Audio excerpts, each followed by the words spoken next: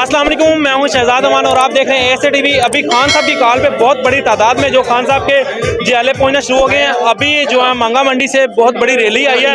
इनसे जानते हैं कि क्या खान साहब असम्बली तहलील करने वाले हैं या कोई बड़ा सरप्राइज देने वाले हैं। अस्सलाम वालेकुम सर। जी वालेकुम अस्सलाम। सर कैसे हैं आप? अल्हम्दुलिल्लाह, अल्लाह का शुक्र है जी।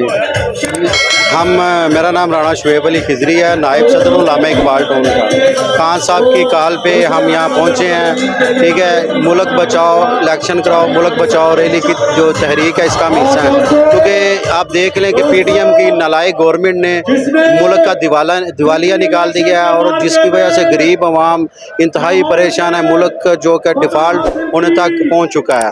तो इसलिए इनको चाहिए कि ये जल्द से जल्द शफाफ इलेक्शन करवाएं और नई गवर्नमेंट आए और जिसको भी अवाम चाहे, तो क्योंकि हम चाहते हैं खान साहब की भी है कि इलेक्शन जो है जल्द से जल्द होना चाहिए। तो सर क्या लगता है कि खान साहब जब दोबारा पावर में आएंगे तो उनको बैसाखियों की जरूरत पड़ेगी या खुद ही आप जैसी आवाम जो है उनको सुरखरू करेगी? जी, आपने ज़िमनी इलेक्शंस में देखा कि हमने ये सिर्फ 4 सीटें जीत सके और 2 सीटों तो इन्होंने धांधली के साथ जीती।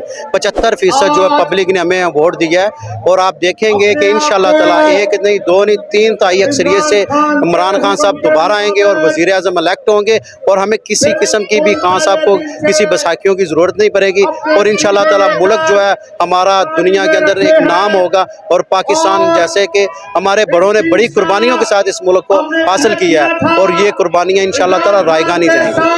सर आप बताएं मुझे कि खान साहब आज कोई सरप्राइज देने वाले हैं?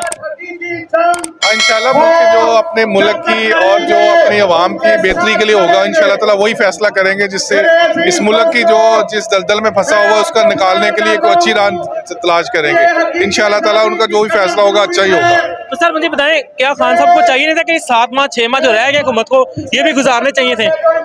असल में खान साहब का जो अपना विजन या उनका अपने जो है हमारी पार्टी की जो सोच है कि ये जो जिस तरह ये मुल्क को तबाह कर रहे हैं, हमारी मईशत को इतनी देर ये और रह गए तो ये बिल्कुल ही दिवालिया कर देंगे। दिवालिया तकरीबन हो चुका है। अगर इनको और टाइम दिया तो इनकी जो पॉलिसी है वो ऐसी मुस्तकिल नहीं है। वो वक्ती तौर पे अपनी इन्होंने लूटमार लगाई हुई है और ये करके मुल्क को तबाह कर देंगे और इंशाल्लाह ताला खान साहब आज जो भी फैसला करेंगे मुल्क के लिए अच्छा ही करेंगे। सर मुझे आप बताएं, आप जैसी जो है ना नौजवान की आदत खान साहब सिलेक्ट कर रहे हैं, तो क्या लगता है कि आप पाकिस्तान की तरक्की में कितना ज़्यादा किरदार अदा कर सकते हैं? माशाल्लाह, जो हमारी 100 से 75 या 60% जो आबादी में मुश्तमिल है वो नौजवान हमारी क़यादत है। इंशाल्लाह नौजवान ही हमारे मुल्क का सरमाया है। इंशाल्लाह इनके निस्बत मुल्क दिन रात जुगनी तरक्की करेगा।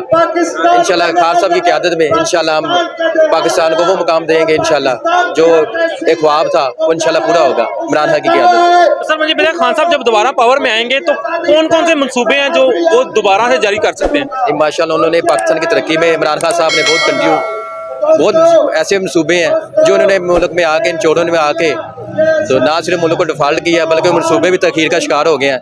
इंशाल्लाह राना इमरान खान की क़यादत में मुल्क दिन दुगनी रात जुगनी तरक्की करेगा इंशाल्लाह। तो सर जितनी बड़ी तादाद में आवाम आ चुकी है तो क्या अब बैसाखियों की जरूरत पड़ेगी इमरान खान साहब को?